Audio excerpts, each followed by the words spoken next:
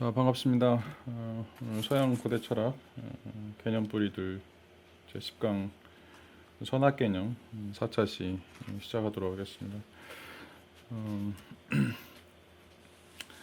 자, 이제 이번 제 강의는 저희가 지금 선학이라고 하는 개념을 가지고 좀 살펴보고 있는데, 이 선학이라고 하는 이제 개념이 어떤 방식으로 어, 이제 우리 철학에서 영향을 미치고 있는지 이런 것들을 좀 살펴보는 내용들입니다. 이제 특별히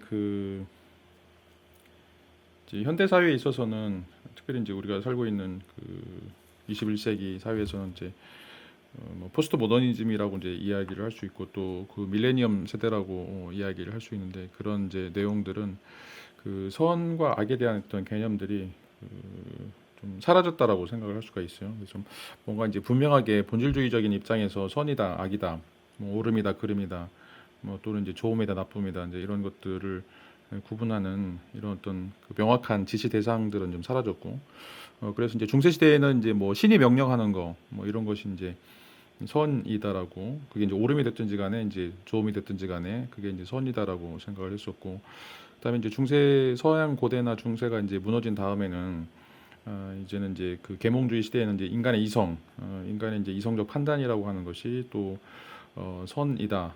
이성적인 어떤 사유를 통해서 이제 도달할 수 있는 이런 어떤 결론들이 이제 선 또는 이제 옳음 또는 이제 이 좋음, 이런 거라고 이제 이야기를 할 수가 있겠죠. 근데 이제 문제는 이제 신도 그렇고 이제 이성도 그렇고 이런 어떤 개념들이 이제 다 대체가 되었어요.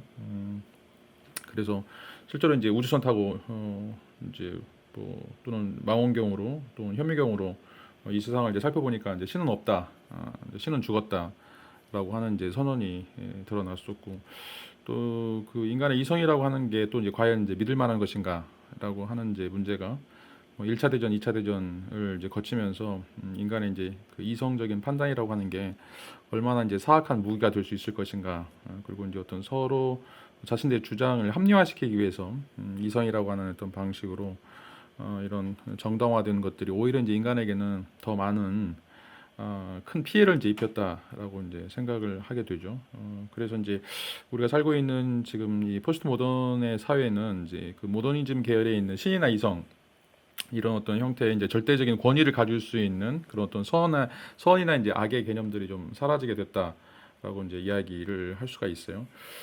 그렇다면 이제 이런 것들을 우리가 어떻게 다시 이제 회복할 것인가, 또는 어떻게 이제 만들어 갈 것인가, 이제 이런 어떤 고민들을 좀 해봐야 되는데, 우리가 이제 그 행복이라고 하는 걸 우리가 처음에 생각을 하면서, 이제 행복이라고 하는 것이 그 조음들, 조음들을 이제 추구하는 것, 또 조음들 사이에 어떤 그 서열화라든지 아니면 그것들을 조화시키는 것이 이제 행복이다라고 이야기를 좀 했었고, 그렇다면 이제 그 조음이라고 하는 것으로서의 선을 우리가 어떻게 좀 규명을 하고 그것들을 좀 세워 나갈 것인가, 뭐 이런 어떤 고민들이 이제 또 가장 긴급한 현안이 되었다라고 이제 이야기를 할 수가 있습니다. 그래서 이제 이 개념 뿌리들에서는 지금 이제 그 선과 악에 대한 어떤 개념이 고대부터 중세 또는 이제 현대 이르기까지 어떤 방식으로 좀 진행이 되고 있고, 그 진행되는 그런 어떤 원리들이 또 이제 어떻게 보면 전부 다 비슷비슷하다라고 이제 생각을 할 수가 있어요. 그래서 그런 것들이 어떻게 이제 연관이 돼 있는지 이런 것들을 좀 찾아보려고 하는 것이 이제 이번 강의의 목표다라고 이야기를 좀 할 수가 있습니다. 자, 이제 그 3차 시 때 여러분들에게 몇 가지 좀 설명을 드렸는데, 이제 3차 시를 여러분들이 또 동영상 강의를 안 들었던 사람들이 있을 수 있기 때문에 뭐 간단하게 좀 3차 시 설명을 좀 이야기를 하고 올라가도록 하겠습니다. 이제 그 3차 시 때는 우리가 이제 그리스에서 선이라고 하는 것은 이제 그 조음으로부터 시작한다라고 이제 이야기를 할 수가 있어요. 이제 이 선이라고 하는 것이 옳음인가 좋음인가라고 하는 이제 문제와 관련해서 뭔가 이제 그 기준점들을 좀 삼아야 되는데, 원래 이제 그리스 사람들은 그 조음이라고 하는 것을 이제 선으로 생각을 했다라고 이제 이야기할 수 있는데, 이 이제 조음이라고 하는 것이 지금 우리가 이제 생각하는 어떤 그런 그 물리적인 또는 이제 우리 육체적인 어떤 그런 어떤 쾌락을 그런 어떤 것을 주는 그런 방식이기보다는 오히려 이제 그 조음이라고 하는 것이 현실 속에서 우리가 찾아가는 것들은 좀 굉장히 어렵고, 왜냐하면 이제 그 우리가 좋다라고 하는 것들이 사람마다 다 다를 수가 있기 때문에 그 조음의 어떤 척도, 그 조음에 대한 어떤 기준으로서 이 초월적인 그런 어떤 선의 이데아라고 하는 것이 이제 등장하게 되죠. 이게 이제 그 플라톤이 이야기하는 이제 선 또는 조음으로서의 선에 대한 이데올로기라고 이제 이야기할 수가 있는데, 이런 것들이 이제 우리에게 그 그리스의 선이라고 하는 것은 이제 실질적인 그런 조음이지만, 그런 조음이 포함하고 있는 어떤 요소들은 초월적이고 어떤 이제 오름과 관련되어 있는 어떤 절대적인 어떤 표준들을 이제 이야기하는 이런 것이다라고 이야기를 할 수가 있습니다. 그리고 이제 이것들은 이제 이 세상이, 우리가 살고 있는 세계가 별로 그렇게 바람직하지 않기 때문에 그런 이제 어떤 이 세계에 대한 어떤 비관주의, 이 세계에 대한 어떤 그 가슴 아픈 현실을 극복하기 위해서 뭔가 이제 초월적인 그런 어떤 낙관론을 이제 제시한다라고 이야기를 할 수가 있겠고, 이제 이런 것들이 이제 그 플라톤에서 신플라톤주의 또는 기독교로 이어지는 그런 어떤 요소로 이제 발전하고 있다라고 이제 이야기를 할 수가 있어요. 이제 플라톤은 이제 이렇게 그 조음이라고 하는 것을 초월적 선으로 보고 있다라면, 이제 아리스토텔레스도 이 이제 그 조음을 이제 선으로 이야기를 하고 있는데, 그런 요소 중에 가장 또 핵심적인 그런 부분이 인간에게서 고유한 것 이라고 이제 이야기를 하고 있고, 그 인간에게 이제 고유한 것이 바로 이제 인간의 이성인데, 그게 이제 새의 날개처럼 또는 두더지의 발톱처럼 이제 인간만이 가지고 있는 고유한 특성, 또 고유한 기능이다라고 이제 이야기를 할 수가 있겠죠. 그리고 이제 그것에 따라 사는 것이라고 이제 이야기할 때, 과연 이제 그것이 무엇인가? 인간에게서 고유한 능력, 인간에게서 고유한 기능이 이제 무엇인가? 그건 이제 우리가 관조하는 이성이라고 하는 것도, 초월적인 어떤 관조, 어떤 그냥 단순하게 존재했다가 사라져가는 어떤 그런 것들이 아니라, 우리가 이제 어떤 초월적인 그런 어떤 부분들에 대해서 우리가 생각하는 거, 이 관조라고 하는 것은 계속해서 지켜본다 또는 이제 그것들을 음미한다라고 이제 이야기할 수가 있는데, 그런 어떤 관조적 이성을 우리가 추구하는 것이 또 이제 선 또는 이제 행복이다라고 이야기할 수가 있고, 그게 이제 우리 인간에게서 가장 완벽한 부분이다라고 하는 이제 이야기를 하게 돼요. 이런 어떤 내용들이 이제 그 BC 5세경에 우리가 이제 고전기라고 이제 이야기할 수 있는 이제 플라톤과 아리스토텔레스의 이제 생각이다라고 이야기를 할 수가 있어요. 자, 그렇게 보면 이제 플라톤이나 아리스토텔레스도 소크라테스도 이제 마찬가지인데, 이제 그 조음과 오름을 이야기를 하고 있지만, 이제 조음에 대해서, 그리스의 선은 조음에 대해서 이야기하고 있지만, 이제 이 조음이라고 하는 것은 아까 앞에서도 얘기했던 것처럼 물리적인 그런 어떤 또는 우리 육체적인 그런 어떤 우리의 쾌락이나 뭐 이런 것들을 이제 이야기하는 것이 아니라, 이런 것들이 이제 유지가 되려면 어떤 초월적인 것들에 대한 어떤 관상이 필요하다라고 이제 이야기를 할 수가 있어요. 그런 어떤 내용들이 이제 이 헬레니즘 시대에도 또 여전히 그 이어져 가고 있다라고 이제 이야기를 할 수 있겠고, 그래서 이제 헬레니즘 시대에는 이 그리스 로마적인 그런 어떤 사유에서 이제 에피쿠로스 학파하고 스토아 학파를 이제 이야기했었는데, 그 에피쿠로스 학파와 이제 스토아 학파에 있어서 이 쾌락 또는 기쁨이라고 하는 것은 이제 헤도네라고 하는 그런 이제 용어로 사용이 되고 있는데, 이런 것들이 이제 그런 어떤 관능적인 쾌락이 아니라 어떤 우리가 가지고 있는 이런 요소들을 꾸준히 유지할 수 있는 어떤 항상성이라고 이야기할 수 있겠고, 어떤 이제 이 정념으로부터 우리가 휘둘리지 않는 거, 이런 것이 바로 이제 그 이제 여기서 이야기하는 어떤 진정한 의미의 이제 쾌락이다라고 이제 이야기를 할 수가 있어요. 그래서 우리가 이제 쾌락이라고 생각하면 보통 파토스적인 요소를 이제 많이 강조를 하기 때문에, 실제적으로는 이제 우리가 뭐 말초신경의 어떤 자극과 같이 일반적인 어떤 쾌락들을 우리가 이야기할 수가 있는데, 이제 에피쿠로스 학파가 이야기하는 또는 이제 스토아 학파가 이제 이야기하는 이제 이런 쾌락이라고 하는 것은 이렇게 변덕스럽고 단편적인 이런 것들을 이제 벗어나는, 그래서 이제 어떻게 보면 이제 감정에 지나친 기복이라고 하는 것들이 생겨나지 않도록 좀 꾸준히 자신의 어떤 마음을 유지하는, 마음의 항상성을 유지하는 이제 이런 어떤 요소다라고 이제 이야기를 할 수가 있어요. 그래서 이제 이런 측면에서 보면 이제 우리에게 이 마음의 평안이라고 하는 것들이 이제 필요하다라고 하는 이야기를 할 수가 있는데, 어떻게 생각하면 이제 이게 이제 거의 불교에서 선불교에서 이야기하는 마음 공부, 이제 마음은 거울과 같은 것이기 때문에 그 거울과 같은 것들을 어떻게 이제 깨끗이 잘 닦고 그런 것들을 어떻게 잘 유지할 것인가라고 이제 이야기하는 거죠. 그래서 이제 불교에서 이야기하는 것처럼 우리가 항상 경계를 만나게 되는데 그 우리 마음이 이제 일상적으로 평정심을 유지하다가 좀 이제 다른 사람과의 관계에서 또 이제 어떤 물욕 같은 거 이런 어떤 그 욕구가 이제 발동하면서 항상 그 경계가 그 깨지는 경계, 마음이 흔들리는 어떤 그런 경계들을 좀 만나게 되죠. 그래서 그런 어떤 경계로부터 흔들리지 않고 계속해서 자신의 어떤 상태들을 그런 어떤 그 편안한 상태들을 유지하는 거, 이게 이제 에피쿠로스가 이야기하는 아파테이아, 무정념이라고 하는 상태죠. 그래서 실질적으로 이제 말초신경을 자극하는 어떤 그런 쾌락, 뭐 굉장히 흥분 상태를 이제 이야기하는 것들이 아니라 그 마음이 흔들리지 않는 그런 굉장히 일관된 그런 어떤 상태를 갖는 이런 측면에서 그 아파테이아라고 하는 정념을 이제 이야기하고 있다라고 하는 것을 우리가 좀 알 수가 있습니다.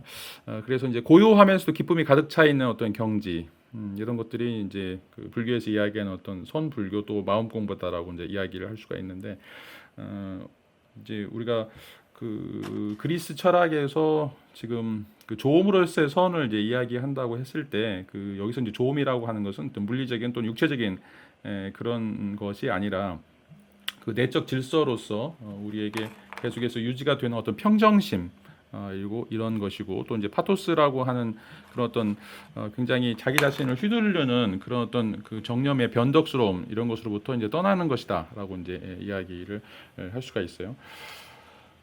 이제 그런 반면에 또 이제 그 또 하나의 축으로서 이제 우리가 그노시시즘이라고 하는 이런 어떤 영육 이원론을 주장하는 또 하나의 이제 전통이 있다라고 이제 이야기할 수가 있는데, 이제 이것이 이제 플로티누스와 기독교로 이제 이어지는 하나의 이제 신비주의 전통이다라고 이제 이야기를 할 수가 있어요.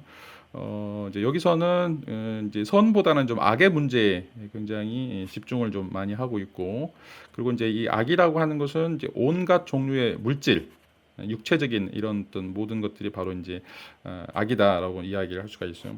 자, 우리는 이제 이 정신 또는 이성, 영혼이라고 하는 것을 이제 가지고 있는데, 이런 어떤 정신이나 영혼이라고 하는 것을 이제 가로막는 그런 요소가 바로 이제 이런 그 우리의 육체이다라고 하는 거죠. 그러니까 뭐 지난 시간에 얘기했던 것처럼 우리의 정신이라고 하는 것은 이제 백마이고, 우리의 이제 욕구나 육체적인 그런 어떤 측면은 이제 흑마인데, 둘이 가는 방향이 서로 다르죠. 그래서 그 마부가 이 두 이성과 욕망이라고 하는 것을 어떻게 적절하게 통제하느냐에 따라서 이제 한 방향으로 자기가 이제 원하고 싶은 방향으로 이제 가게 되는데, 만약에 거기서 이제 우리가 더 좀 신경을 써야 될 것들이 이제 자꾸 이성을 따르려고 하지 않는 이런 어떤 육체 이를 어떻게 이제 잘 통제하고 그것들을 잘 이끌어 갈 것인가라고 하는 이제 문제가 굉장히 중요한 문제다라고 이야기를 할 수가 있어요.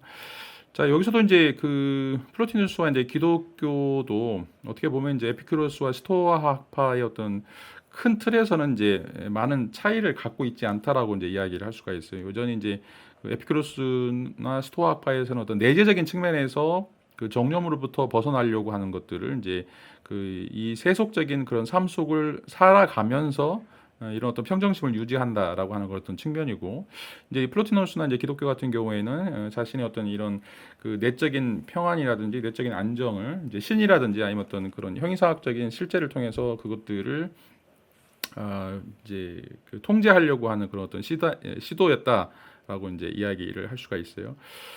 그래서 이제 이런 그 신체를 벗어 던지고 그 영혼만이 존재하는 어떤 세계로 가려고 하는 어떤 시도, 이런 것들이 이제 이 그노시스파에서 다뤄지고 있는 그런 어떤 내용이었다라고 하는 것들을 우리가 좀 이해를 할 필요가 있고요. 그리고 이제 이런 사상들은 이제 끊임없이 이제 이런 영지주의, 뭐 이제 악이라든지 묵시록이라든지 이런 어떤 사유들은, 그러니까 이 세계를 초월하려고 하는, 그리고 이 세계는 이제 굉장히 멸망할 수밖에 없는 세계고, 그래서 거기서 우리가 이제 안주하기보다는 뭔가 이제 밖으로 나가려고 하는 어떤 시도들이 필요하다라고 하는 것들이 바로 이제 이 영지주의적인 또 묵시론적인 그런 어떤 세계관이다라고 이야기를 했습니다. 자, 이게 이제 우리가 3차 시대 때 이제 다뤘던 그런 내용들이고, 자, 오늘은 이제 이런 내용들을 통해서 이제 그 중세에 또 어떤 방식으로 이것들이 이제 발전했는지를 좀 잠깐 살펴보겠습니다. 자, 이제 그 기독교에서는 이제 선의 문제보다는 앞에서도 이야기 언급을 했던 것처럼 이제 악의 문제가 더욱더 이제 그런 중요한 문제였다라고 이제 이야기를 할 수 있고, 이런 것들은 이제 우리가 보통 이제 신정론이라고 하는, 신은 과연 이제 올바른가라고 하는 이제 물음을 던질 수가 있는데, 계속해서 이제 이야기하지만 신이 만약에 전능하고 선한 존재다 라고 이제 이야기한다라면 왜 이 세계에 이제 악이 있게 되는가? 그러니까 이제 신의 형상에 따라서 이마고 데이라고 하는데, 신의 형상에 따라서 만들어진 어떤 세계가 왜 이제 이 슬픔이나 고통이나 이런 어떤 죄악으로 이제 가득 차 있을까? 좀 역설적이죠. 선한 신이 만들었는데 왜 그 결과물은 그것들이 이제 그 악으로 또는 이제 이런 어떤 모순들로 이제 가득 차 있는가라고 이제 이야기를 하고 있는데, 자, 이런 어떤 물음에 대해서 이제 이야기를 하려고 하는 그런 시도들이 이제 많이 등장하게 되죠. 그 중에 이제 가장 대표적인 것이 이제 위 디오니시우스라고 하는 이제 사람의 이야기인데, 이게 이제 그 부정신학이라고 하는 그 이론을 이제 제시를 하고 있어요. 위 디오니시우스라고 하는 사람은, 이제 위라고 하는 말은 거짓이라고 하는 말이고, 근데 디오니시우스라고 하는 사람을 이제 사칭하는 사람. 이제 확실히 이제 디오니시우스인지 아닌지 모르는 이제 사람인데, 원래 이제 디오니시우스는 이제 그 사도 바울이 그 아테네를 이제 방문을 해서 그 파르테논 이제 신전 앞에서 이제 설교를 할 때, 그때 이제 회심한 사람 중에 한 사람이었어요. 그때 이제 기독교를 개종한 사람 중에 한 사람인데, 그런데 이제 그 사람이 썼다라고 하는 이제 작품들이 몇 개 남겨서 이제 내려오는데, 정말 이제 그 사람이 썼는지 안 썼는지 이제 디오니시우스라고 말하는 사람, 이 사람을 이제 일컬어서 후대 사람들 이제 위 디오니시우스라고 이야기해요. 근데 이제 그 사람이 이제 제시했던 그런 이론이 이제 부정신학이라고 하는 건데, 이게 이제 나중에 이제 아우구스티누스에도 영향을 많이 미치고, 또 이제 기독교에서도 이제 그 가장 핵심적인 이론으로 제시가 된 원리다라고 이제 이야기를 할 수가 있습니다. 그런데 여기서 이제 중요한 것은 악이라고 하는 것 실제하지 않는다라고 이제 이야기를 하고 있고, 악이라고 하는 것은 이제 결여다. 그러니까 이제 비어 있는 상태다라고 이제 이야기를 할 수가 있어요. 그래서 이제 정말로 존재하는 것은 이제 선이고, 선이 없는 경우 그것이 이제 결여의 상태로서 이제 악이다라고 이제 이야기를 할 수가 있는 것들이죠. 그래서 실체는 없지만 그 선의 결여 상태로서 그런 어떤 그런 반대 개념으로서 우리가 이제 악을 이야기를 하는 것이다. 라고 하는 것들인데, 뭐 여러분 이제 그 한 예로서 여러분 옷이 헤어진 그런 부분을 생각을 해보세요. 헤어진 부분에 이제 구멍이 생기는데, 자, 그 구멍이 있는 것일까요? 아니면 이제 옷이 헤어진 부분일까요? 이제 이 디오니시우스의 부정신학은 옷이 헤어지면 그 안에 자연스럽게 구멍이 생기는 거죠. 구멍이 있는 것이 아니라 구멍은 그 옷감의 부재이죠. 옷감의 결여다라고 이제 이야기를 할 수가 있어요. 마찬가지로 이 이제 우리가 살고 있는 세계도 그 이제 신의 영역 또는 이제 신의 은총이 미치는 영역, 또는 이제 그것들을 거부하지 않는 영역이 있고, 또 그것을 이제 거부하는 영역이라든지 아니면 이제 그것들이 미치지 못하는 영역이 있다라고 이제 이야기를 할 수가 있어요. 이제 이거는 이제 그 신의 그 능력이 모자라서 이렇게 되어지는 것이 아니라, 자, 신은 그 스스로 인간들이 신을 선택할 수 있도록 만드는 것이 바로 이제 신의 입장, 그리고 그것이 또 완전한 어떤 그 신의 선한 성품을 대변하고 있다라고 이제 이야기를 할 수가 있어요. 만약에 이제 신이 모든 사람들에게 강제적으로 다 선을 따르라, 그리고 이제 선을 할 수밖에 없이 이제 인간을 만들어 놓는다라면, 그건 이제 진정한 인간이 아니라는 거죠. 인간은, 도덕적인 인간이라고 하는 것은 선택을 할 때 도덕적인 인간이 되는 거죠. 내가 선한 행위도 할 수도 있고 나쁜 행위도 할 수 있는 그 두 가지 선택지들 중에 내가 선을 선택하겠다 또는 악을 선택하겠다라고 하는 것이 어떻게 보면 이제 그 본래적인 인간, 또 신이 만들어 놓은 그런 완전한 인간이지, 신이 그냥 로봇처럼 아니면 그냥 그 뭐 인형처럼 단순하게 선만 행할 수 있는 그런 인간이다라면, 그런 인간은 실제적으로 이제 그 진정한 인간이다라고 이제 이야기를 할 수가 없어요. 그 이제 시계태엽이라고 하는 이제 소설에서도 이제 거기서도 그런 그런 장면이 나오는데, 거기에 이제 주인공 하나가 이제 그 비행 청소년인데, 비행 청소년이 이제 그 교도소에 입소를 했을 때, 그때 이제 루드비코라고 하는 실험을 하게 돼요. 이제 어떤 실험을 하냐면 뇌에다가 이제 약물을 투여를 해가지고 뭔가 이제 그 악행을 저지를 때마다 뇌에 경련이 일어나게 돼요. 또 이렇게 그런 악행을 저지르려고 하는 생각을 할 때마다 이제 뇌에서 더 끔찍한 고통이 일어나게 되는데 이제 그것이 이제 물론 이제 상상이긴 하지만 그런 방식으로 사람들이 좀 우리가 그 비도덕적인 그런 어떤 생각들을 아예 하지 못하도록 또는 그런 행동들을 아예 하지 못하도록 하지 못하도록 그런 이제 식업 그런 것들을 하게 되는데 이제 그 제목과 마찬가지로 인간을 이제 시계 태엽처럼 만들어 놓는 거죠. 시계 태엽 오렌지라고 하는 책인데 자 그래서 이제 국가가 나서서 시민들을 또 개인들을 그렇게 시계 태엽처럼 이제 돌아서 감아 가지고 어떤 행위들을 하게 만드는 것이 과연 올바른 것인가? 그런 인간들이 그러니까 선을 행할 수밖에 없는 그런 인간들이 과연 인간이라고 할 수 있을 것인가? 라고 하는 이제 이런 어떤 물음들을 던지게 되는데 자 이제 그 이 디오니수도 마찬가지고 이제 성 아우구스티누스도 이제 마찬가지인데 이제 그 우리가 그 신정론을 피해가는 방식 그러니까 왜 신이 이 땅에 인간들이 악을 행하도록 놔뒀을까? 왜 악의 뿌리들을 계속해서 유지하도록 했을까? 그러니까 이제 아우구스티누스 입장에서는 자, 신이 인간을 완벽하게 만들었다라고 하는 것은 인간이 신에게까지 거스를 수 있는 신에게까지도 도전할 수 있는 그런 어떤 자유 의지가 있기 때문에 그렇다라고 하는 이제 이야기를 하게 돼요. 그래서 만약에 인간이 신에 대해서 거역할 수 없다라면 그거는 이제 진정한 인간이 아니고 그런 자유가 없는 인간은 그냥 뭐 풀이나 나무와 같이 별다른 어떤 차이가 없는 것이다. 근데 이제 인간이 위대한 존재라고 하는 것은 인간이 자신을 만들어 놓은 조물주까지도 욕하고 조물주까지도 원하는 것들을 그것들 거스를 수 있다라고 하는 그런 측면에서 인간이 이제 위대한 존재고 또 인간이 그 뛰어난 그런 존재이고 또 신의 형상을 이제 받은 것이다라고 이야기를 할 수가 있죠. 그래서 이제 신이 심어놓은 그 에덴 동산의 가운데 심어놓은 그 선악과라고 하는 나무가 신이 이제 이거를 따먹지 말라라고 이제 이야기를 하고 있고 그것을 만든 이유가 바로 이제 이런 어떤 신에 대해서 도전할 수 있는 어떤 시금석을 줬다라고 하는 것들이죠. 그래서 인간이 정말 인간 된다라고 하는 것은 자기가 이게 아무리 그 선하다 또는 악하다라고 하더라도 그것들을 스스로 선택할 수 있는 물론 이제 그것에 대한 어떤 결과는 책임을 져야죠. 책임을 이제 져야 되는 것이긴 하지만 인간이 그런 어떤 실존적인 선택의 상황에서 자기 자신이 무언가를 선택했다. 그리고 내가 그것을 책임지겠다라고 하는 선언. 이런 것들이 어떻게 보면 이제 그 인간이 선한 존재이고 또 인간이 그런 어떤 신의 형상에 따라서 만들어진 어떤 존재다라고 하는 이런 방식으로 이제 이 기독교에서는 악의 문제를 해결해 나가려고 하고 있어요. 뭐 이제 어떻게 보면 이제 그런 어떤 그 이게 이제 좋은 아규먼트인지 아닌지는 이제 알 수가 없지만 자 우리에게 이런 형태의 어떤 선택권이 있다, 이 자유의지가 있다라고 하는 것이 인간을 이제 왜 도덕적인 인간으로 봐야 되는지 이런 것들이 이제 가장 중요한 문제다라고 이야기를 할 수가 있죠. 우리가 이제 첫 시간에도 얘기했던 것처럼 이제 실질적으로 물리적으로는 생화학적으로는 생체적으로는 인간은 자유의지가 없어요. 어떻게 보면 뇌의 작용에 의해서 신경화학적인 그런 어떤 작용에 의해서 인간은 또는 어떤 진화라고 하는 그런 어떤 방식으로 인간은 어떤 특정 행위들을 할 수밖에 없는 자 이런 이제 영장류다라고 이야기를 할 수가 있는데, 그러니까 여전히 우리 안에 오스트랄로피테쿠스가 있는 거죠.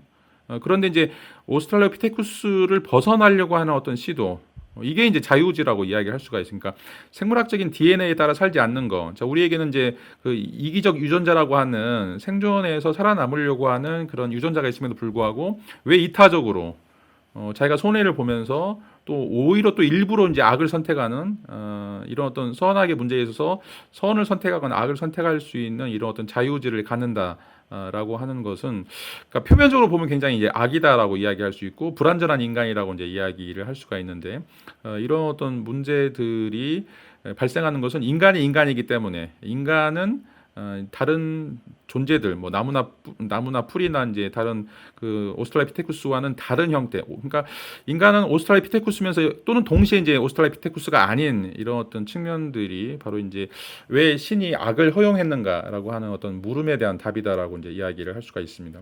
그래서 이제 여기서 악이라고 하는 건 실체가 아니라 오히려 이제 이 악처럼 보이는 것은 이런 인간의 어떤 자유의지를 행사하면서 벌어진 어떤 부산물 또는 이제 그 안에서 드러나고 있는 하나의 이제 그 현상이다라고 하는 거죠. 실제가 아니라 이제 현상이다. 된다라고 이제 이야기를 할 수가 있어요. 자, 그렇다면 이제 우리가 이제 그 그리스 시대와 또 이제 이 중세 시대의 이제 중요한 그 이론들은 그 조음에서 출발을 하지만 이 선과 악에 대한 문제가 조음에서 출발하지만 이게 이제 기독교를 거치면서 이제 옳음과 그름에 대한 어떤 문제로 바뀌게 된다. 라고 이제 이야기를 할 수가 있어요. 그래서 이제 이건 윤리의 문제에서 다시 말하면 사람의 어떤 내적인 관계의 물음에서 그러니까 이제 우리가 좋다라고 하는 것은 아까 얘기했던 것처럼 쾌락이나 고통 뭐 이런 것들을 쾌락은 추구하고 고통은 회피하는 거 이런 어떤 문제에서 이제는 이제 도덕적인 문제, 그 옳음 또 정의 어떤 초월적인 가치를 추구하는 이런 문제로 이제 바뀌게 됐다라고 이제 이야기를 할 수가 있어요. 자, 이제 이런 것들과 관련해서 우리가 좀 그 생각해 볼 수 있는 것들은 앞에서도 이제 초기 서두에 이제 이야기했던 것처럼 이제 현대 사회에서는 이런 어떤 가치나 기준들을 이제 강제할 수 없는 사회가 되었다라고 이제 이야기를 할 수가 있겠고, 그래서 이제 그 네루다의 우편 배달부에서도 얘기했던 것처럼 자, 그 아버지를 민주주의에서는 투표로 결정해야 되는 이런 상황까지 온 거죠. 뭐 지난번에도 이제 얘기했던 것처럼 우리가 이제 아버지나 어머니가 생물학적인 아버지나 어머니 또 자기를 키워준 아버지나 어머니 또는 이제 아버지나 어머니가 또 그런 어떤 그 생식 기능이 저하가 되어가지고 다른 사람에게 이제 시험관 아기라든지 뭐 정자나 난자를 제공했을 때 그런 제공자가 과연 아버지인지 아니면 그것을 이제 인공 수정을 해가지고 자신의 어떤 그 몸에서 수정을 해서 임신을 하게 된 사람이 또 뭐 아버지나 어머니인지 지금 뭐 굉장히 이게 엄청나게 그 좀 많이 바뀌게 되죠. 뭔가 이제 기준을 내리기에 그러니까 뭐 여성이 남성이 되기도 하고 이제 트랜스젠더 같은 사람들이 또 임신을 하게 되고 뭐 이렇게 굉장히 복잡한 세상이 돼서 이제 과연 이제 이게 아버지인지 어머니인지를 결정하는 것이 그러니까 생물학적인 그런 어떤 DNA만 가지고는 우리가 이야기하지 못하고 또 우리가 이제 그 전통적인 윤리에서 생각해 왔던 그런 어떤 가치관들이 이제 굉장히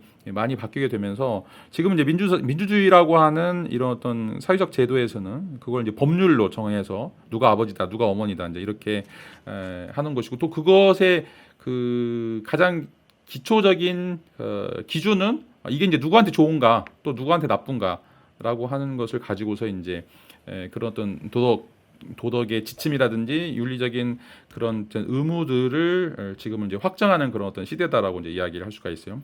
자, 그래서 거의 이제 3,000년 가까이 이 이제 기독교적인 전통 또 플라톤적인 전통에서 자, 옳음을 조음으로 아니 이제 조음을 옳음으로 이렇게 가져가려고 했던 그런 어떤 시도들이 이제는 이제 그 옳음을 조음으로 가져가려고 하는 이걸 또 역으로 이제 바꾸려고 하는 어떤 시도들이 되고 있다라고 이제 이야기를 할 수가 있어요.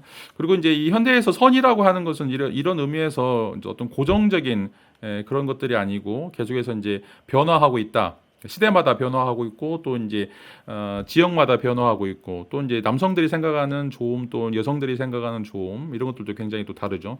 요즘 이제 페미니즘 운동도 마찬가지로 이제 남성이나 여성의 어떤 그런 어떤 성적인 차이에 대한 이런 어떤 이해들이 서로 다르다라고 이제 이야기를 하고 있고 또 이제 세대 간의 갈등도 마찬가지죠. 이제 청장년층들이 그러니까 장년층들이 이야기하는 것과 또 이제 그 청년이라든지 아니면 이제 그 유년들이 이야기하는 어떤 가치관들이 굉장히 달라지고 있고 자 이런 거 보면 이제 과연 이제 무엇을 옳음으로 해야 될지 무엇을 좋음으로 해야 될지 무엇을 선으로 해야 될지 이제 이런 것들이 굉장히 그 좀 흐릿해지는 이런 이제 상태가 되었다라고 이제 이야기를 할 수가 있어요. 그래서 이제 우리가 이제 왜 이런 것들을 한 번씩 더 고민을 해야 될지, 그러니까 지금 우리가 내리고 있는 이 민주주의 사회에서 투표를 결정하고 있는 이런 어떤 선거를 통해서 이 좋음과 나쁨을 따지는 이런 시대가 과연 그 바람직한 것인지, 바람직하다면 어떤 면에서 바람직하고 또 바람직하지 않다면 어떤 면에서 바람직하지 않은 것인지,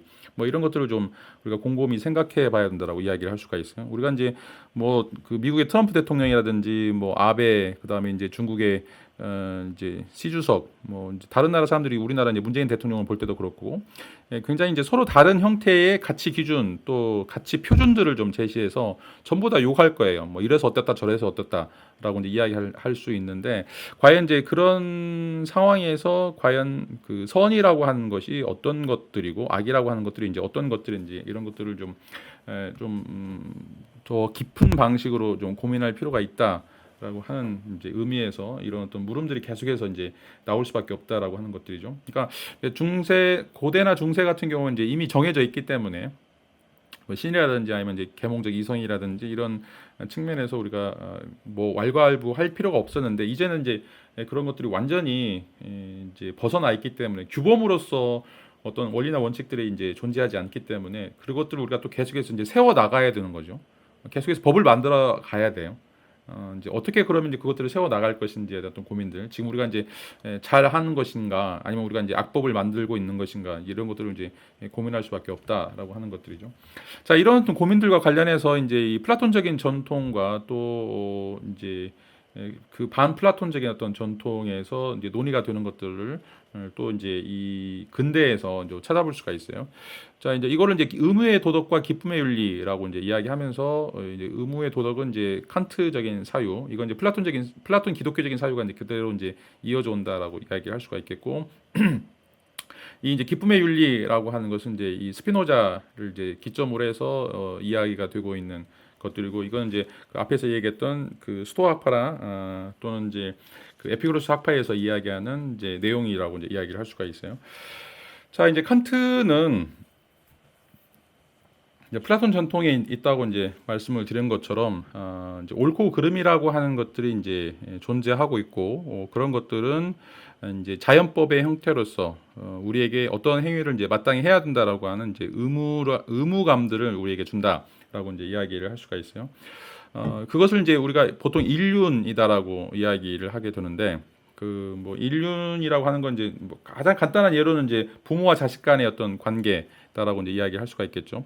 그래서 이제 우리가 어버이를 공경해야 된다라고 이제 이야기하는 그런 어떤 내용들이 인간이면 반드시 이제 어버이를 공경해야 된다라고 하는 것들이 자연스러운 그런 어떤 사실인 것처럼 이제 주어지게 되는데 뭐 우리 사회에서는 이제 뭐 어버이를 공경하지 않는 이런 사람들이 이제 굉장히 많이 있죠. 뭐 여러분들 뭐 나중에 이제 어떻게 될지 모르겠지만 여러분 이제 아버지 어머니들이 아프다라고 얘기했을 때 지금도 정말 많은 사람들이 이제 뭐 고아원 아니 요양원이라든지 이런 어떤 말이 좋게는 이제 실버타운이라고 얘기하지만 이제 거기에다가 이제 어떻게 보면 유기하는 거죠. 돈 몇 푼 주고 이제 유기하는.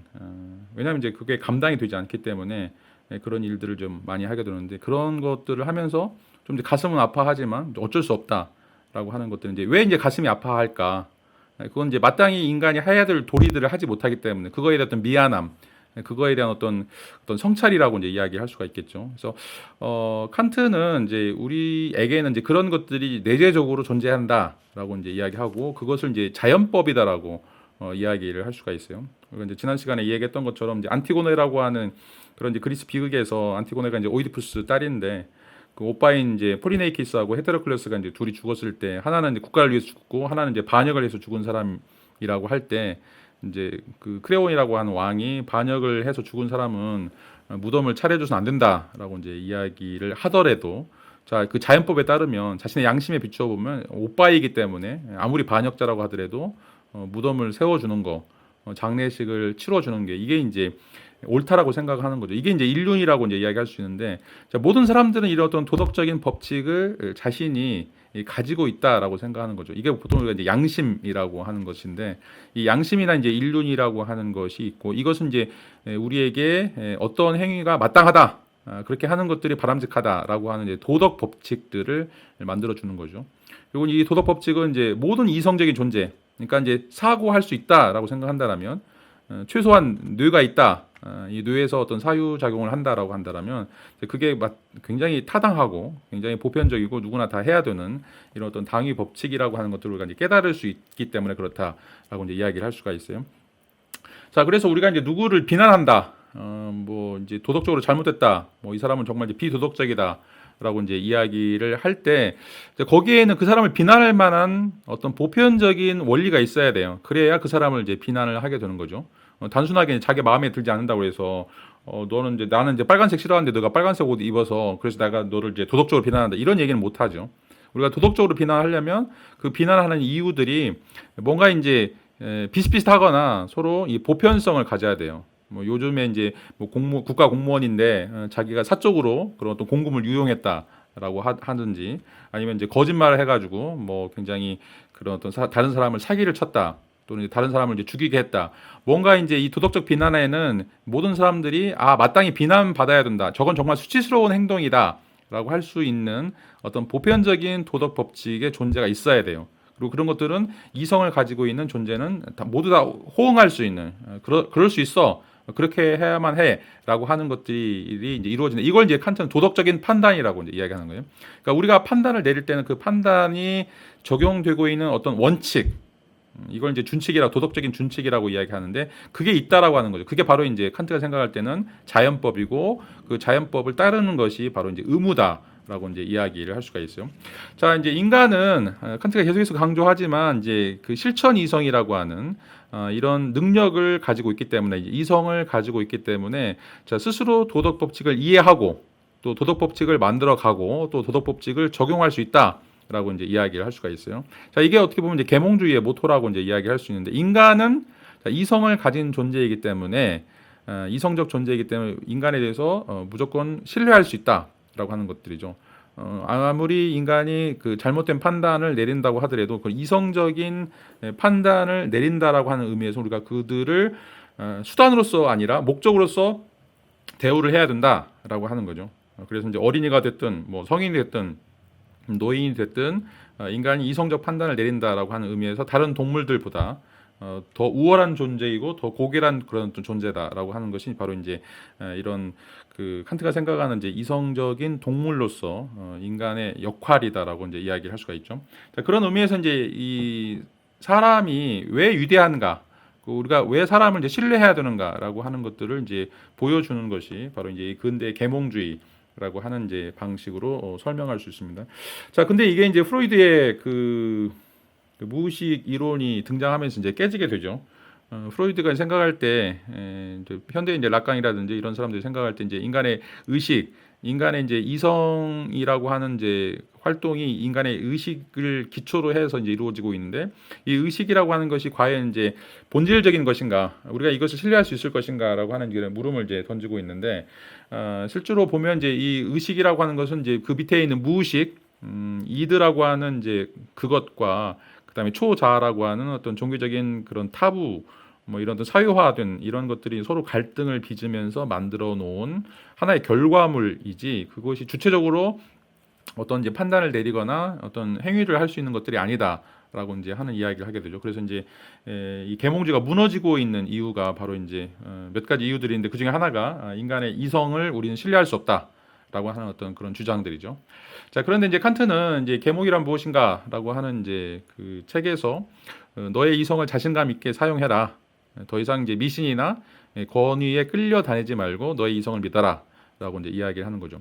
그러니까 이제 시간이 좀 걸리고 과정이 약간 복잡할 수도 있긴 한데 인간은 이제 고민하고 생각하면 이런 어떤 그 미신이나 어떤 권위로부터 벗어나서 스스로 자신이 어떤 판단을 훌륭하게 내릴 수 있다라고 하는 이제 이야기를 하고 있어요. 왜냐하면 인간의 이성은 우리가 내재적으로 갖고 있는 하나의 프로그램, 이제 어떻게 보면 윈도우스라고 이제 이야기를 할 수가 있겠죠. 그래서 그런 어떤 프로그램들이 뭐 무의식이 됐든지 아니면 우리 DNA에 어떤 그 소형이 돼 있든지 간에 이런 방식으로 이제 기능을 하고 있기 때문에 이런 어떤 이성을 우리가 사용하게 될 때 인간은 굉장히 자율적인 그런 존재이고 스스로 주체적인 어떤 행위를 할 수 있는 그런 어떤 존재이다라고 이제 이야기를 할 수가 있어요. 자, 이제 이런 내용들은 앞에서 이제 그 중세의 신이 무너지게 되면서 그러니까 이제 과학이 발달하면서 중세가 믿고 왔던 어떤 이제 여기서 이제 미신이라고 이제 이야기하는데 그런 어떤 신에 대한 권위들이 이제 무너지게 되죠. 이제 그런 신에 대한 권위가 이제는 이제 그 이성이라고 하는 방식으로 이제 대체가 되었다. 라고 이제 이야기를 할 수가 있습니다. 자, 그럼에도 이제 불구하고 이제 이성이 갖고 있는 여러 가지 한계들이 이제 뒤에 가서도 나오겠지만 그런 어떤 너무 이제 형식적인 측면들을 좀 강조하다 보니까 칸트가 이제 놓치고 있는 그런 부분들도 있다라고 이제 생각을 할 수가 있는데 칸트가 이제 고민하려고 했던 것은 이제 이거를 이제 개별적인 그런 어떤 사람들에게만 또 개별적인 사람들이 가지고 있는 어떤 감정들 이런 것들에만 이제 맡기게 되면 아까도 얘기했던 것처럼 이 쾌락 또는 이제 고통 이것들은 사람마다 다 달라요. 어느 정도 그 양이나 질적인 그런 측면에 있어서 이런 쾌락이나 고통이 이제 서로 차이가 나는데 이것들을 이제 단순하게 개인들에게 맡겨버린다라면 그런 어떤 보편성을 추구할 수 없는 것들이죠. 그러니까 서로 합의할 수 있는 자 어느 정도까지 쾌락을 추구하고 어느 정도까지 이거 고통을 피해야 되는가라고 하는 이제 이야기를 하게 되면 계속해서 이제 중구난방이 될 수밖에 없다라고 하는 거죠. 물론 이제 벤담 같은 경우에는 그 최대 다수 최대 행복이라고 하는 그 공리주의 원리를 세우면서 이제 그 쾌락을 다 계산을 해요. 이 정도의 쾌락은 얼마값, 이 정도의 고통은 얼마값, 뭐 이렇게 이제 이야기를 하게 되는데, 자 이제 그렇게 서로가 합의를 할 수 있는 이제 쾌락의 양, 뭐 그다음에 이제 고통의 양, 뭐 이런 것들은 이제 칸트가 생각할 때 굉장히 주관적이고 자의적이다라고 생각을 할 수 있고, 자 우리가 이제 도덕적인 인간이 된다, 또 도덕적인 삶을 살아야 된다라고 이야기할 때는 자 내가 하는 것이 다른 사람도 마땅히 동의를 해줘야 되고 또 다른 사람이 하는 행위도 내가 마땅히 동의를 해줄 수 있는 그런 근거를 확보할 때 그게 이제 보편적인 또는 이제 필연적인 도덕 법칙이라고 이제 이야기할 수 있는데 그런 것들이 있을 때 그것이 하나의 법칙이 된다. 그것이 하나의 이제 법이 될 수 있고 그래서 그런 행위들에 대해서 그런 어떤 책임 있는 근거들을 가지고서 우리가 이제 다른 사람들에게 이것을 마땅히 해야 된다라고 이야기하거나 아니면 자신이 그렇게 해야 된다라는 어떤 생각들을 갖게 된다라고 이제 이야기를 할 수가 있겠죠. 이런 측면에서 보면 이제 칸트의 인식론은 그 이제 이런 현상계에서 인간이 이제 가지고 있는 어떤 한계들을 이제 이야기할 수가 있는데 인간의 한계라고 하는 것은 인간이 하나의 이제 기계처럼 우리가 몸을 가지고 있고 또 그 몸 속에서 여러 가지 어떤 유기체의 그런 어떤 작용들을 이제 가지고 있기 때문에 그런 측면에서 이제 인간은 하나의 이제 기계에 불과하다라고 이제 이야기를 할 수가 있어. 이게 이제 그 현상계의 인간의 모습이다라고 이제 이야기를 할 수가 있는데, 자 그런데 인간에게 또 다른 세계가 있어요. 그 또 다른 세계라고 하는 것은 이제 도덕의 왕국이라고 하는 것이고, 이제 앞에서 얘기했던 그런 윤리적인 행위를 할 수 있는 그런 어떤 주체다라고 이제 이야기를 할 수가 있는데, 이런 그 세계, 이런 세계를 이제 다루고 있는 것이 칸트에서는 실천 이성 비판이라고 하는 그런 책이에요. 자, 이제 이 실천 이성 비판이라고 하는 이제 책에서는 자, 인간의 자유가 왜 필요한가? 그리고 이제 왜 인간이 위대한 존재인가? 왜 인간에겐 존엄성이 있는가? 자, 이런 것들을 좀 설명을 하고 있는데 자, 이 우리가 살고 있는 물리적인 세계에서는 이런 것들을 확보할 수가 없어요. 그러니까 예를 들어서 이제 그 인간의 난자하고 소의 난소하고 이런 어떤 그런 물리적인 측면에서 따지면 다 똑같다라고 이제 이야기할 수가 있는 거죠. 오스트랄피테쿠스가 갖고 있는 그런 어떤 신체적 기관이나 인간이 현대인이 가지고 있는 신체적 기관은 이제 큰 차이가 없는 것이죠.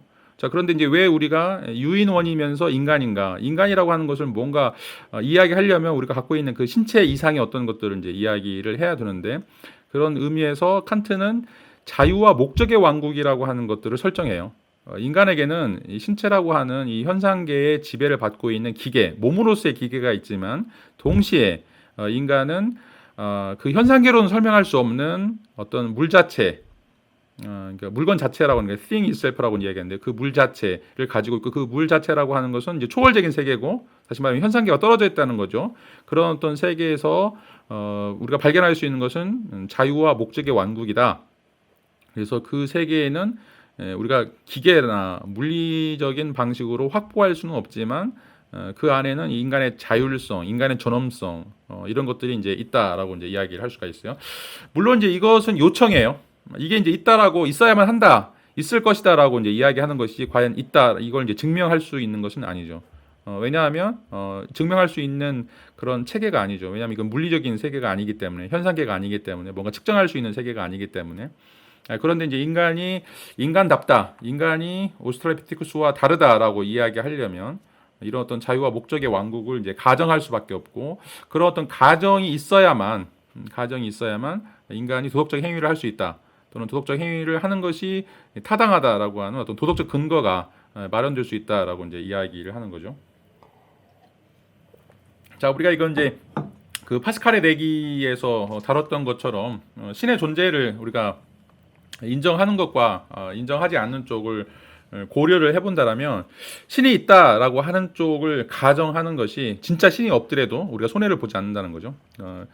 그 이제 본전을 찾으려면 미쳐도 본전을 찾으려면 신이 없다라고 하는 쪽보다는 신이 없다라고 생각했다 만약에 정말 있으면 완전히 이제 삶이 그 꽝으로 가는 거고 이제 신이 있다라고 생각했는데 만약에 신이 없다 뭐 그래도 우리에게 이제 큰 손해가 없다라고 생각할 수가 있겠죠. 물론 이제 그 과정 속에서 이제 인간이 이제 어떤 금욕적인 생활을 해야 되기 때문에 뭔가 그 불필요한 그런 이제 그 행동들을 좀 약간 고통스러운 그런 행동들을 좀 할 수밖에 없긴 하지만 하여튼 뭐 장기적으로 보면 신이 있다라고 믿는 쪽이 오히려 더 인간이 그런 도덕적인 행위를 함으로써 좋은 결과가 생겨나게 된다라고 이제 이야기를 할 수가 있겠죠.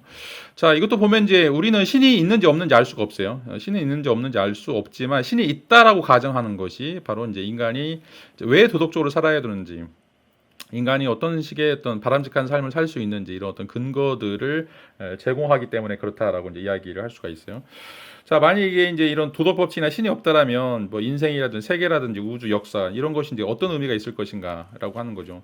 자, 여러분들이 이제 뭔가 이 세상에 태어나서 뭐 20, 30 또는 이제 70, 80 이제 나이를 먹고 죽게 된다라고 이제 이야기할 때 그냥 단순하게 뭐 풀을 뜯어먹는 그 양처럼 그렇게 사는 것이 과연 이제 바람직한가? 만약에 이제 의미가 없다라면 이렇게 내가 행동하는 것들이 예를 들어서 뭐 대학에 들어와서 철학을 공부한다든지 뭐 회사에 들어가서 이제 그 어떤 직종을 택한다라든지 아니면 이제 배우자를 만나서 일정한 유형의 배우자를 만나서 이제 결혼을 한다든지 또 자녀를 갖고 이런 이제 모든 것들에 대해서 우리는 항상 의미 부여를 하게 되는데 이제 이런 의미 부여와 관련해서 우리의 어떤 행위의 근거, 우리 어떤 삶의 근거 이런 것들이 있는 것과 없는 것의 차이가 이제 큰 차이가 있다라고 이제 이야기를 할 수가 있어요. 그래서 그런 어떤 의미를 부여한다라고 하는 이제 측면에서 이런 어떤 초월적인 가치, 이런 어떤 그 단순하게 우리 어떤 쾌락이나 고통과 관련되어 있는 것들이 아니라 그것들을 이제 초월해 있는 어떤 이제 굉장히 그 단계가 높은 형이상학적인 가치를 이제 추구하는 것이 오히려 이제 우리가 살고 있는 인생이나 세계나 우주나 역사 이런 것들에 이제 더 큰 중요성을 이제 부여하는 이제 이런 것들이 될 수 있다라고 이제 이야기를 할 수가 있어요. 또 이제 우리가 생각해 볼 때 이제 그 그리스 철학에서는 이제 그 무엇인가 선하기 때문에 이제 법이 될 수 있다라고 이제 생각을 하고 있는데 이제 칸트에 있어서는 이제 무엇인가 법이기 때문에 이제 선하게 된다라고 하는 이제 이야기를 좀 하고 있다라고 하는 이제 이런 좀 차이점들을 볼 수가 있어요. 그런데 이 두 가지가 이제 거의 그 내용적으로 보면 이제 엇비슷하다라고 이제 이야기를 할 수가 있겠고, 뭐 예를 들어서 이제 남의 입장을 감안해서 행위하는 것이 옳기 때문에 그렇게 하는 것이 좋은 것인지, 아니면 이제 그렇게 하는 것이 좋기 때문에 그것이 이제 옳은 것이 되는 것인지 뭐 이런 고민들을 좀 해볼 수가 있겠죠. 그러니까 옳기 때문에 하는 것이 좋은 것인지 아니면 좋기 때문에 그것을 하는 것이 옳은 것인지 뭐 이런 어떤 논의들을 좀 해볼 수가 있는데 일단 뭐 그리스 철학이든지 칸트 철학이든지 이 플라톤적인 그런 어떤 방식에서 이제 논의를 해본다라면 이런 좋음이나 옳음이나 이런 어떤 모든 것들이 어떤 다시 다 이제 초월적인 그런 어떤 의미를 갖는다. 라고 이제 이야기를 할 수가 있어요. 자, 이제 이런 생각들이 이제 칸트의 핵심적인 개념이다라고 이제 이야기를 할 수가 있겠고, 칸트는 이제 너는 할 수 있어. 왜냐하면 이제 해야 하기 때문이야라고 이제 이야기를 하면서 의무가 먼저다라고 하는 것들을 이제 강조를 좀 하고 있습니다. 그리고 그렇게 해야 한다라고 하는 것들을 거기에 이제 맞춰서 할 수 있다라고 하는 방식으로 이제 언급을 하고 있는데, 자, 여기서 이제 중요한 것은 결과가 아니라 동기가 중요하다라고 하는 의미를 우리가 좀 찾아볼 수가 있겠고 그런 의미에서 이제 해야 한다라고 하는 그런 어떤 동기가 일차적으로 이제 작용을 한다라고 이제 이야기를 할 수가 있습니다. 계속해서 이제 이야기하지만 여기서는 이제 도덕 철학에서는 의무 개념이 중요하다라고 이제 이야기를 하고 있고, 그 의무 개념이라고 하는 것은 이제 동기를 기반으로 하고 있는데, 그 동기다라고 하는 것은 자, 인간들이 가지고 있는 이런 어떤 도덕 법칙에 대한 존중, 또 이런 어떤 의무에 대한 존중, 이런 것들에 이제 뿌리를 두고 있다라고 이야기를 할 수가 있어요. 근데 이제 이것들은 앞에서 얘기했던 것처럼 요청된 거죠. 경험적으로 우리가 증명할 수 있는 것들이 아니에요. 도덕 법칙이라고 하는 건 우리의 이제 이성을 통해서 우리가 도달할 수 있는 그런 어떤 그 사유 추론 결과물들이지, 이것들을 우리가 이제 증명해봐라라고 하면 이제 증명할 수 없는 것들이죠. 그런데 이제 이것이 있어야만 우리가 이제 바람직한 생활 또는 도덕적인 생활을 할 수 있다라고 하는 것이고, 이제 칸트는 이것을 이제 정언명법이다라고 이야기를 하고 있어요. 정언명법이라고 하는 것은 이제 가언명법과 좀 다른 것인데, 이 가언명법은 이제 뭐뭐이라면 이제 if가 붙는 거죠. 그래서 죽어서 지옥에 가지 않으려면 착하게 살아라. 조건문이죠. 그런데 이제 정언명법은 당신의 행위의 준칙이 항상 또한 이제 보편적인 도덕 법칙이 될 수 있도록 하라라고 하는 방식으로, 그 결과가 무엇이 되든지 간에 그것이 중요한 것이 아니라 그 동기로서 너의 행위의 준칙이 모든 사람들에게 보편적이 될 수 있는 것이 마땅하다라고 하는 이제 이야기를 하게 되는 것이죠. 자, 이제 가언명법은 목적이나 결과에 대해서 좋음을 전제로 하고 있다. 그러니까 너한테 이러이러한 것들이 좋기 때문에, 그 이유나 그런 어떤 목적 때문에 이제 이것을 해라라고 이제 이야기를 하고 있는데, 칸트 철학은 이제 그것이 좋은 것이라기보다는 어떤 옳음이기 때문에 이제 그것을 해야만 한다라고 이제 이야기를 할 수 있겠고, 여기서 이제 초월이라고 하는 것은 그 세계를 초월한다라고 하는 것이라기보다는 이제 개개인을 초월한다라고 하는 것이고, 이거는 이제 보편성이다라고 이야기를 할 수가 있어요. 그래서 이제 이 플라톤하고 이제 칸트하고 다른 점은 이제 여기서 조금 이제 차이가 날 수가 있는데, 자, 플라톤은 그 조음 속에 옳음이 있다라고 이제 생각을 하고 있어요. 조음 속에 옳음이 있다. 그러니까 조음은 내재적인 그런 어떤 관계들이 아니라, 그 내재적인 그런 관계들을 유지하기 위해서는 이제 어떤 초월적인 그런 오름을 이제 가지고 와야 되고, 그런데 그렇게 된다라면 반드시 그것은 또 우리 개인에게도 또 좋은 것이다 라고 이야기를 할 수가 있어요. 다시 말하면 동기는 오름이지만 그 오름으로서 동기를 우리가 하게 되면 결과적으로 좋음이 생긴다라고 하는 것이 이제 플라톤적인 그런 사유다라면, 자, 칸트는 이 좋음과 오름을 좀 구분을 하고 있어요. 그래서 이제 좋음이 아니라, 다시 말하면 결과가 좋지 않더라도 이게 옳기 때문에 무조건 해야 된다. 그러니까 플라톤은 동기도 좋지만 결과도 좋아야 돼요. 칸트는 동기는 좋지만 결과는 좋지 않아도 돼요. 왜냐하면 동기가 좋다라고 하는 것은 이제 옳음 그 자체로서 그 정당성을 갖고 있기 때문에 이제 그렇다라고 이제 이야기를 하게 되는 것들이죠. 그리고 이제 왜 그래야만 하는가, 그것들을 살펴볼 때 이제 칸트에 있어서는 모든 사람들을 다 좋게 할 수 있는, 그러니까 모든 사람들을 다 만족시킬 수 있는 행위라고 하는 것은 존재하지 않아요. 실질적으로 보면.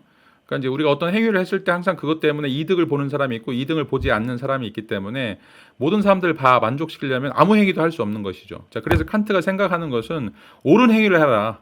자, 그게 너한테 손해가 된다고 하더라도, 그게 다른 사람한테 손해가 된다고 하더라도 그게 마땅하니까, 그렇게 하는 것이 마땅하니까, 자, 부모를 공경하는 거, 거짓말을 하지 않는 거, 자, 이게 이제 마땅하니까 너한테 손해가 된다고 하더라도 그것을 하지 않아야 된다 또는 해야 된다라고 하는 의미에서 이제 보편성을 이야기한다. 라고 이제 이야기하는 거죠.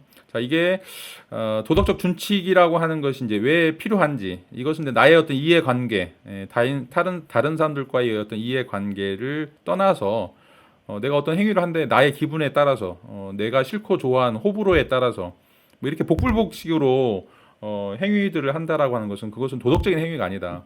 그것은 나의 어떤 경향성에 따라서 내가 하는 그런 어떤 행위들이다라고 이제 이야기를 하게 되는 것들이죠. 이게 이제 도덕의 기초가 되어야 된다라고 하는 이야기들을 좀 하고 있습니다.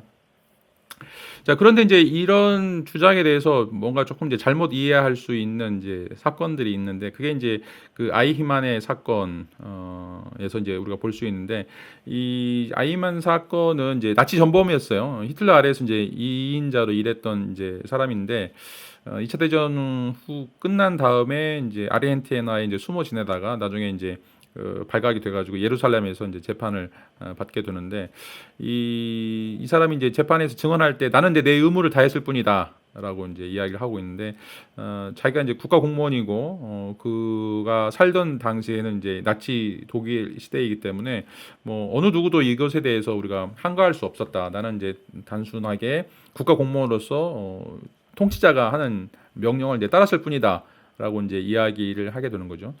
자, 이제 이것이 이제 진정한 의무인가? 이런 의무가 과연 이제 타당한 의무인가? 이제 이런 이야기를 할 수가 있겠죠. 왜냐하면 이제 이런 의무를 한다고 했을 때 이제 타인에게 해를 가할 수밖에 없는 그런 어떤 상황이 주어진다라면, 그런 상황에서 과연 이제 이 사람이 그 올바르게 이성적 판단을 내렸다라면 타인에게 해를 취할 수 있다, 타인에게 해를 내릴 수 있는 그런 지위에 있을 때 자기가 타인에게 해를 행했다라면 다른 사람이 자기의 어떤 지위에 올라왔을 때 그 사람이 나한테도 똑같이 해를 취할 수 있다고 그러면 내가 지금 그 사람에게 가하고 있는 해로운 행위는 해서는 안 된다라고 하는 거죠. 그래서 이게 어떻게 보면 이제 역지사지라고 이제 이야기를 할 수가 있는데, 이제 그 자신의 행위 준칙이 과연 내가 하는 행위가 다른 사람이 그 행위를 똑같이 나한테 한다고 했을 때 내가 그걸 받아들일 수 있느냐? 그렇게 받아들일 수 있다라고 그러면 보편성을 갖고 있는 거기 때문에 그 행위를 할 수 있지만, 만약에 그렇게 해서는 안 된다라고 생각한다라면, 그러니까 나는 하는 것은 괜찮은데 다른 사람이 그 똑같은 행위를 나한테 하면 안 된다라고 하는 것은 그건 잘못된 행위라는 거죠. 그건 의무가 될 수 없다라고 이제 이야기를 하고 있어요. 자, 이런 방식으로 해서 칸트는 이제 이 자유와 목적의 완구로서의 그 인간의 존엄성을 어떻게 회복할 것인가라고 하는 문제를 이 도덕 법칙을 통해서 이제 회복하려고 하는 어떤 시도를 했다라고 이제 이야기를 할 수가 있습니다.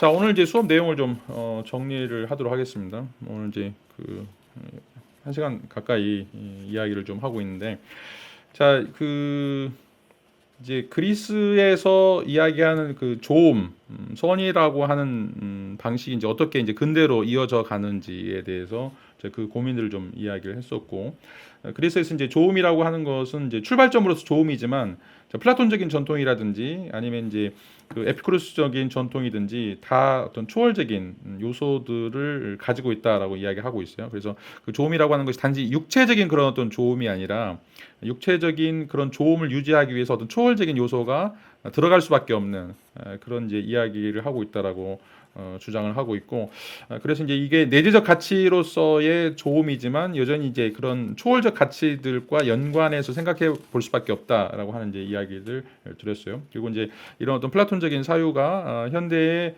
특별히 이제 이 칸트라고 하는 이 근대 계몽주의에서 어떻게 이제 발현이 되고 있는지 이런 어떤 이야기들을 좀 했었고, 이제 이런 것을 다루는 이유는 이제 현대 사회에서는 이제 더 이상 이 선과 악, 옳음과 그름, 또 좋음과 나쁨에 대해서 이야기하지 않는다라고 하는 것이고, 이제 이런 선과 악에 대해서 이야기하면 여러분들은 뭐 급진파라고 이야기를 듣던지 아니면 뭐 보수 아니면 또 뭐 근본주의자 뭐 이런 식으로 이제 이야기를 듣게 돼요.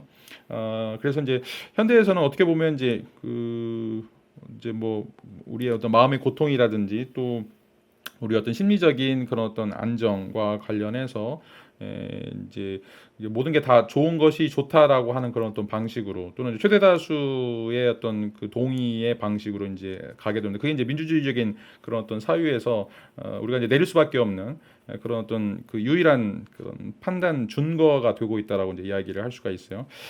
그럼에도 불구하고 여전히 이 굉장히 사람들끼리 서로 다른 형태의 이제 그런 조음 또 오름들을 좀 이야기하고 있는데, 그런 것들은 이제 어떤 방식으로 우리가 더 깊이 고민해야 되는지 이런 어떤 내용들을 가지고서 좀 이야기를 드렸습니다.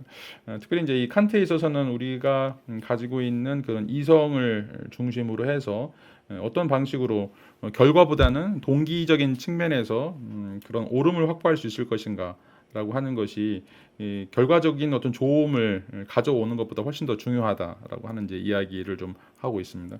자, 다음 시간에는 이제 이런 어떤 주장과는 좀 달리 스피노자에 있어서는 다시 이제 그 내적인 가치로서 인간이 가지고 있는 어떤 기쁨, 쾌락, 이런 어떤 고통, 이런 문제를 가지고 다시 도덕을 이야기해야 되지, 칸트처럼 너무 형식적으로 이성만 가지고는 이야기해서는 안 된다. 왜냐하면 이제 이성이 가지고 있는 어떤 폭력성, 또 이제 그 사람들끼리 편을 나누는 이런 그런 어떤 가치관들이 굉장히 안 좋은 역사적으로 안 좋은 결과들을 이제 일으켰기 때문에 그것에 대한 대안으로서 다시 이제 인간 자신으로 내려가야 된다. 인간이 가지고 있는 감성적인 측면으로 이제 우리가 다시 복귀해야 된다라고 하는 이제 이야기를 하고 있습니다.